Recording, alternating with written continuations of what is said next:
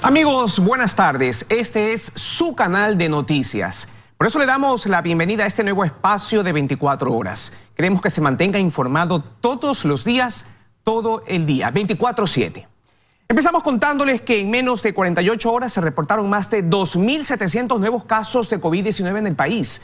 El COE Nacional espera el pronunciamiento de la Corte Constitucional para aplicar inmediatamente estados de excepción focalizados. Vamos a hacer contacto en ese momento con Johanna Ramos, quien tiene seguimiento de la información. Compañera, adelante. ¿Qué tal, Luis Antonio, amigos televidentes? Muy buenas tardes. Así es, más de 2.700 nuevos contagios en apenas 48 horas. Esto es en todo el país. Pero nosotros nos encontramos en uno de los puntos de vacunación porque también la vacunación avanza aquí en nuestra ciudad, en Guayaquil y en todo el país. Pero nosotros les preparamos un reportaje para conocer a ciencia cierta cuáles son las cifras, las últimas cifras del COVID-19. Veamos. Los casos de COVID-19 en el país siguen aumentando. Solo en las últimas 48 horas, según el más reciente informe del Ministerio de Salud Pública, se registraron 2.726 nuevos contagios. La cifra de muertos también aumentó. Pasó de 17.489 el pasado 15 de abril a 17.641 hoy, 17 de abril. La lista de espera para conseguir una cama en una unidad de cuidados intensivos en Quito es de 200 personas y en algunos hospitales de Guayaquil está en 70 personas. La ocupación de las camas de hospitalización en los diferentes hospitales del país llega al 86%, mientras que las UCI están en un 96%. Varios cantones aplican desde este viernes restricciones a la circulación vehicular particular en un intento por disminuir los contagios. Esto mientras se espera una respuesta de la Corte Constitucional para que el COE Nacional pueda aplicar estados de excepción focalizados en aquellas provincias como Pichincha y Guayas que presentan el mayor número de contagios. Los cantones orenses de Santa Rosa y Huaquillas decidieron retornar a semáforo rojo por el incremento de casos. Aquí también se aplica la restricción vehicular, pero además se mantendrán cerradas las playas, parques infantiles, canchas deportivas, gimnasios, bares y discotecas. A la par avanza la fase 1 de inmunización. Son más de 300.000 personas las que ya han recibido la primera dosis de la vacuna contra el coronavirus. El cardiólogo Luis Alberto Gómez explica que aquellas personas con problemas cardíacos son los más beneficiados con la vacuna. Con problemas vasculares, con enfermedad pulmonar obstructiva, son los que más pobremente responden frente a la infección del COVID. Es por esto que hacemos hincapié en que no existe contraindicación alguna del paciente cardíaco para que reciba la vacuna. Pero el experto hace también una recomendación que se debe tener en cuenta antes de recibir la dosis. Los pacientes que están recibiendo ácido acetil salicílico y clopidogrel pueden recibir la vacuna. Los pacientes que están recibiendo anticoagulantes orales tienen ciertas aristas que nada más basta levantar el teléfono, hablar con el médico y hacer un ajuste para tener una vacunación segura en estos pacientes. Cuando son exactamente las 1:34 de la tarde. A las 1:34 de la tarde me encuentro aquí en el ITV, uno de los puntos asignados por el municipio de Guayaquil y el MSP para continuar con la vacunación. Doctor Zubilla, ¿cuántas personas se han vacunado ya exactamente hasta esta hora? Muy buenas tardes. Hasta el momento tenemos 360 personas vacunadas. ¿Y hasta qué hora van a trabajar hoy aquí? Hasta las 5:30 de la tarde, que es el último paciente agendado. Vamos a estar vacunando a todas las personas que están con su cita, pues, ¿no? Y también es importante mencionar que se están vacunando a las personas que tienen 90 años de edad en adelante, a partir de las 3 de la tarde, de lunes a sábado. Listo, muchísimas gracias, doctor. Bueno, ya lo sabes, solo a las personas que tienen su cita y a los mayores de 90 años que no han recibido el mensaje de confirmación, la vacunación continúa y eso es muy importante recordarlo. Luis Antonio, con esta información te devolvemos a Estudios El Paso. Muy buenas tardes. Muchas gracias, Johanna. Y un dato revelador de lo que sucede en Pichincha. Más de 350 personas están a la espera de una cama en hospitalización y cuidados intensivos. Los hospitales continúan trabajando al máximo de su capacidad. Vamos a enlazarnos en este momento con Paul Coello. Él nos amplía la información. Paul, adelante. Hola, ¿qué tal? Así es, continúa siendo compleja la situación respecto al COVID-19 en el país y mucho más acá en la capital de los ecuatorianos. La lista de espera de pacientes que necesitan cama en hospitalización y en cuidados intensivos sigue incrementando. Hoy, por ejemplo, el hospital del IES Quito Sur amanece con una lista de espera de más de 160 pacientes que necesitan cama en hospitalización y en cuidados intensivos. La situación es similar acá en el hospital Carlos Andrade Marín, que amanece con una lista de espera de más de 150 personas que necesitan cama en cuidados intensivos y en hospitalización. A esto se suma la investigación que realizó el Instituto de Microbiología de la Universidad San Francisco, que revela que la variante inglesa ya es comunitaria en al menos 3 provincias del país. Tenemos un informe respecto al tema. Veamos. Tras recibir las muestras de al menos 6 hospitales de Pichincha, Loja y Sucumbíos, el Instituto de Microbiología de la Universidad San Francisco, conjuntamente con el Instituto Nacional de Investigación de Salud, determinaron en su estudio que la variante del COVID-19 británica ya es comunitaria en estas provincias del país. Y dentro de Pichincha también de Quito, de algunos hospitales como el Enrique Garcés, el Hospital San Francisco y el Hospital Vaca Ortiz. Asimismo, el estudio de ambas instituciones revela que en la provincia de Loja, de igual forma, existe otro paciente con la variante de Brasil que no tiene relación alguna con el primer caso detectado hace semanas atrás. Eso hablaría de que es probable que exista ya una transmisión comunitaria. Ambas variantes del COVID, tanto la británica como la brasileña, que ya están en el país, según los expertos, tiene mayor transmisibilidad, es decir, que se transmite más rápido en las personas y termina afectando más a las vías respiratorias. Otro epidemiólogo señala, en cambio, que estos análisis revelados explicaría el por qué ahora hay tantos jóvenes adultos entre 20 a 40 años de edad gravemente afectados en sus vías respiratorias. Estamos en una situación más grave y es por la circulación de estas nuevas variantes, como lo que cambió y mutó es la proteína Spike. Y bien, conocemos que la situación es similar en otros hospitales de la ciudad. En la emisión estelar les estaremos contando más detalles respecto a este tema. Ustedes continúan con más en Estudios, amigos televidentes. Buenas tardes. Gracias, Paula. Estaremos muy pendientes. Y ahora les contamos que Loja también atraviesa una crítica situación debido al incremento de contagios de COVID en los últimos días. Las UCI en hospitales públicos y privados están saturadas y no se dan abasto. María del Rocío Coronel informa. Compañeros, gracias en Estudios y buenas tardes. La situación cada vez es más crítica aquí en el sur del país. 7 cantones continúan en semáforo rojo, incluida la cabecera cantonal de la provincia de Loja. Y según las cifras oficiales, se reportan hasta la fecha 13.565 casos de contagios y 395 fallecidos. Un incremento alarmante, considerando además que en una de las UCIs de la ciudad de Loja se detectó el primer caso de coronavirus de la variante de Brasil y algunos casos de la variante británica. El pedido de los representantes del área de salud pública y privada es claro, pues según su criterio, solo un estado de excepción focalizado podría frenar el incremento alarmante de contagios.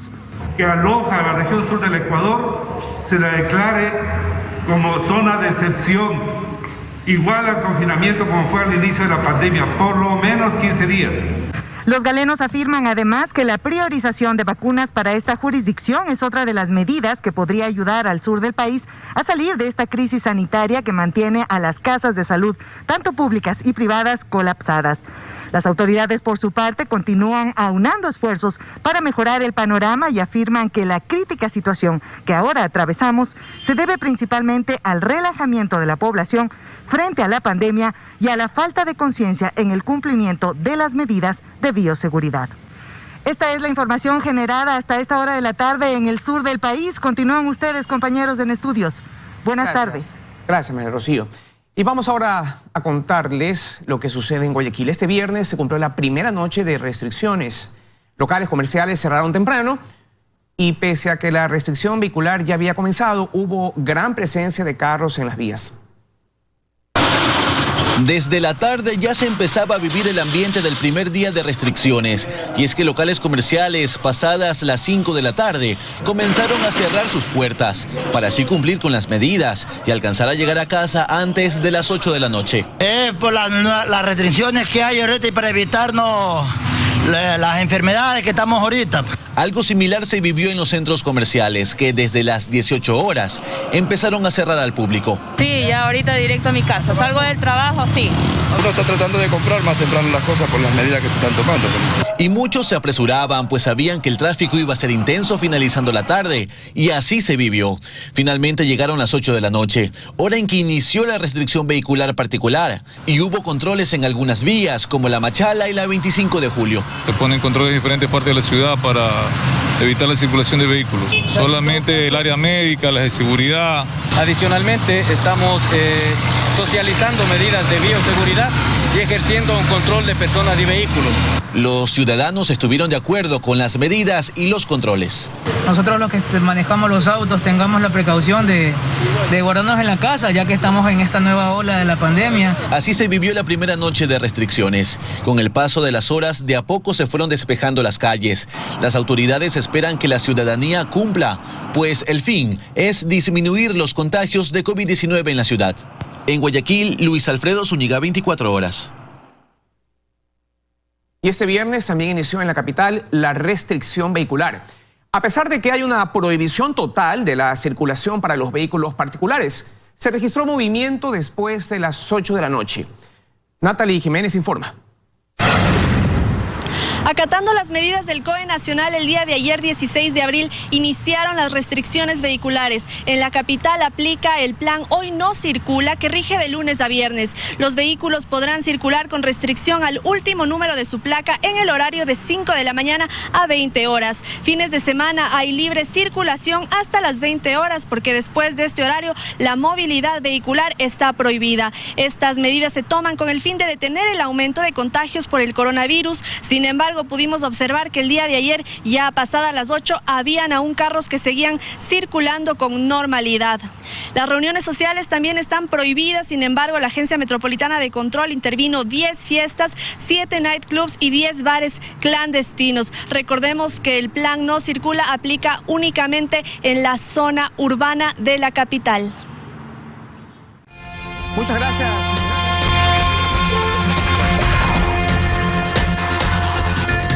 Seguimos cuando son las 1:44 de la tarde para contarles que en los próximos días el Ministerio de Salud convocará a los laboratorios clínicos privados del país para regular los precios de las pruebas PCR para COVID-19. El precio no podrá exceder de los $80. Una de las disposiciones del COE Nacional fue que el Ministerio de Salud Pública revise y regule los techos de los precios de las pruebas para COVID-19 en los laboratorios privados del país. Para ello ya se anunció una convocatoria a las empresas privadas para poder indicar que es necesario que controlen o se controle con el tarifario. ¿Y cuál es la tarifa? Están regulados entre $70 y $80. Bajo esa tarifa se deberán regular los diferentes laboratorios para brindar este servicio. Los representantes del laboratorio Interlab están de acuerdo. Es muy importante dar el mejor precio para la comunidad. Y es que la idea es facilitar el acceso de las pruebas a la ciudadanía, y no solo en precio, sino en calidad, algo que también se controlará, afirmó el ministro Salinas. La procedencia y también de dónde viene, y si tiene o no permiso de importación o a su vez también permiso sanitario. Los laboratorios también están de acuerdo con este seguimiento de calidad, pues indican que la ciudadanía debe tener mucho cuidado a qué lugar acude para hacerse una prueba. Lo que sí les digo que hasta esta pandemia no habrían más de 6 laboratorios que sean biología molecular, laboratorios que nunca se lo han escuchado. Y le digo que biología molecular no es fácil hacer. Será la Agencia de Aseguramiento de la Calidad de los Servicios de Salud y Medicina Prepagada ACES la encargada de hacer los controles. Tenemos el tarifario oficial, no solamente de ese procedimiento, es decir, de ese examen, sino de todos los exámenes y los procedimientos. Es importante que las personas se realicen la prueba para descartar que no sea otra enfermedad con síntomas similares la que los aqueja. Y lo que sí hemos encontrado es, y hemos tenido algunos casos de dengue, incluso dengue hemorrágico. Tan solo en Interlab la semana anterior llegaron 900 pacientes diarios y esta semana un promedio de 700. De ellos, el 24% dan positivo a COVID-19. Luis Alfredo Zúñiga, 24 horas. Y la demanda de atención de pacientes con COVID-19 continúa creciendo en los hospitales públicos y privados de Guayaquil. En estos establecimientos se han habilitado otras salas con el afán de poder internar a la mayor cantidad de infectados que acuden al lugar. Los que están aquí, en el área de cuidados intermedios COVID-19 del Teodoro Maldonado Carbo, son pacientes cuyo cuadro clínico está entre moderado y severo. Es decir, ya requieren de oxígeno y de un constante monitoreo. Y ver sus signos vitales y ver cómo va todo lo que es su proceso respiratorio para eso. Debido a eso, tomar las decisiones. Si pasa a cuidados intensivos por la intubación respectiva o se maneja con ventilación no invasiva en cuidados intermedios. De los 86 pacientes que hay internados en el Hospital Bicentenario, que es una casa asistencial de baja complejidad habilitada por el municipio de Guayaquil para afrontar la pandemia, más de la mitad, 46, están en el área de cuidados intermedios que está al tope de su capacidad. Y aquí le damos todo el contingente necesario, que es oxígeno, cambio postural, tratamos de estabilizarlos y derivarlos a un hospital de mayor capacidad resolutiva. Que tenga una unidad de cuidados intensivos, pues los pacientes que no mejoran durante su paso por el área de cuidados intermedios requieren de intubación. Pero tal y como lo ha reportado la Mesa Técnica de Salud del Comité de Operaciones de Emergencia Cantonal desde hace varias semanas atrás, en las UCIs de los hospitales públicos y privados de la ciudad no hay disponibilidad. Tenemos diariamente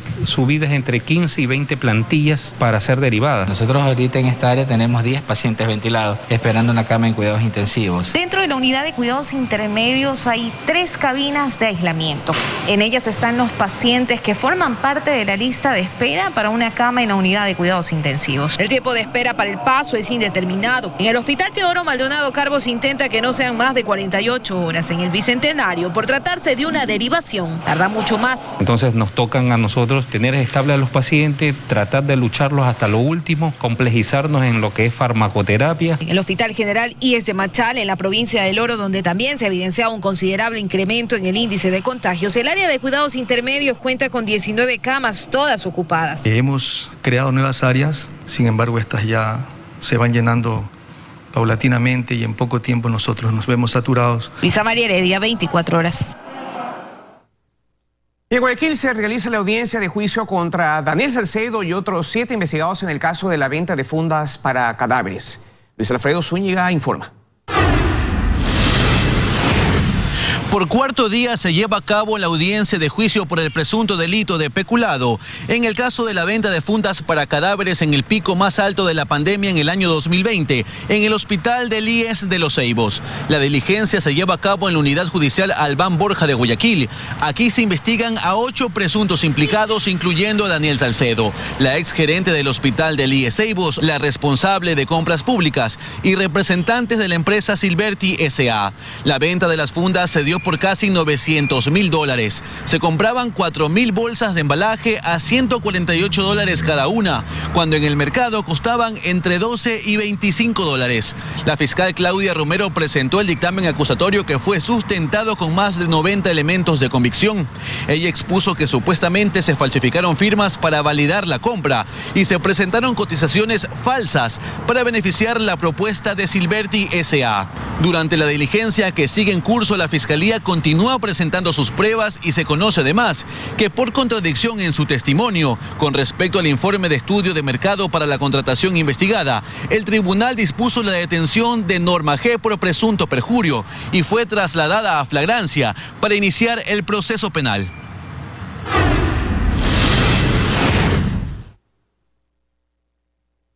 Y tras una semana de contar ya con un presidente electo, analistas señalan que el uso de redes sociales, sobre todo de plataformas como TikTok, fue clave en la campaña política. En las recientemente finalizadas elecciones presidenciales, el padrón electoral contó con una novedad, y es que más del 43% fueron jóvenes. Por ello, para analistas no sorprendió que los candidatos en primera y segunda vuelta en su campaña pusieran énfasis en redes sociales, sobre todo en TikTok. Pero ¿por qué esta plataforma? La manera de llegar a los jóvenes es hablando con los jóvenes en donde ellos se encuentran. Esa red social es la red que está en tendencia en el momento. Hay un público que exige mayor calidad de contenido y que sobre todo pueda conectar de una manera emocional.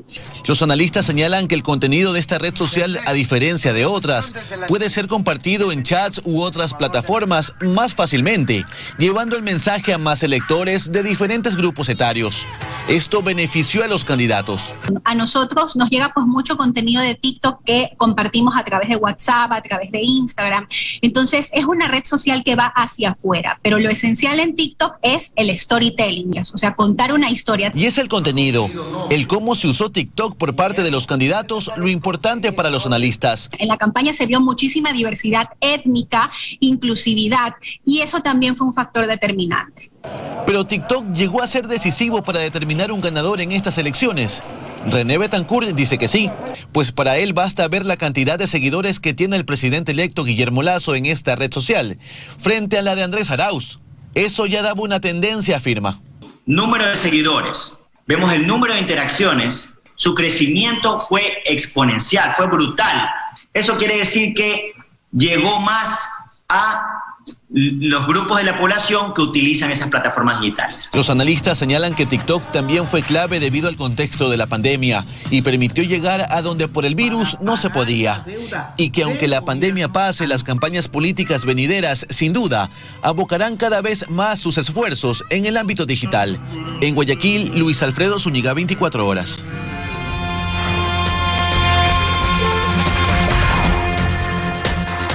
Seguimos informando cuando son las 1:54 de la tarde. Escuche bien, al menos 90.000 menores de edad en Ecuador, según la UNICEF, podrían haber abandonado sus estudios durante la pandemia. La deserción estudiantil debido a la falta de conectividad, de recursos económicos y de tecnología. Habría alcanzado niveles muy altos en tiempos de formación online. Fue en este espacio, la Casa Comunal de la Cooperativa 18 de Septiembre, en el sector Ciudad de Dios de Montes Sinaí, al noroeste de Guayaquil, una estructura de caña a la intemperie, donde Jimena y Denise siguieron su formación académica durante el último año escolar en plena pandemia. Lo hicieron con ayuda de dos tutoras, Vanessa y Edith, quienes formaron parte del programa Educando en el Camino, implementado por el municipio con el afán de evitar que 6.000 menores de la zona perdieran el año lectivo. Como estamos en un sector donde el internet no llega, por eso fue que nosotros llegamos acá con nuestras clases presenciales. Hemos contado con un equipo de más de 300 personas que han acompañado a las familias. A su contrario, Vanessa y Edith hubieran desertado, porque guiar en el aprendizaje a un hijo sin los medios y los conocimientos necesarios no es sencillo, dice Mónica, madre de Jimena y otro pequeño niño. Porque no sabía que tenía que hacer una cosa con uno, otra cosa con el otro. Sin ayuda, Jimena y Denise se hubieran sumado al grupo de cerca de la mitad de niños, niñas y adolescentes de Montes Sinaí que se quedaron fuera del sistema educativo nacional y que a su vez son parte de los 90.000 menores de edad que en el país, según UNICEF, podrían haber abandonado sus estudios en tiempos de coronavirus. Nosotros suponemos que el 15% de los niños que no han tenido contacto con sus docentes en los últimos 15 días puede ser que hayan salido del sistema. Datos exactos no tenemos, es una realidad que se puede ver incrementada por la pandemia. Si bien no existe una cifra oficial, la Corporación de Centros Infantiles Particulares del Ecuador ha revelado que en el último año hubo entre 13.000 y 15.000 bajas de niños y adolescentes en guarderías, escuelas y colegios privados. Los más afectados son los niños de educación inicial, es decir, de entre 3 y 12 años. Ahora se intenta recuperarlos. Hemos activado una estrategia de búsqueda activa que lo que busca es conocer cuáles son los estudiantes que están en riesgo leve, medio o un riesgo alto de abandono para garantizar su permanencia escolar. Luisa María Heredia, 24 horas. Y una misa conmemoró este sábado los 115 años del milagro de la Virgen de la Dolorosa. En 1906, la imagen de esta Virgen abrió y cerró los ojos frente a decenas de personas. Y desde entonces, miles de devotos celebramos la fecha con un símbolo de unión con esta Virgen. Este 20 de abril, Teleamazonas transmitirá en vivo la misa de aniversario que tendrá lugar en la Basílica de la Virgen desde las 7 de la noche. Amigos, ya estamos finalizando esta emisión informativa. Queremos agradecerles por su compañía y confirmar que a partir de hoy, todos los sábados a las 1:30, estaremos con usted informándole. Porque, repito, somos su canal de noticias. Y hoy en la noche, a las 8 específicamente, tendrá información más ampliada. Los esperamos.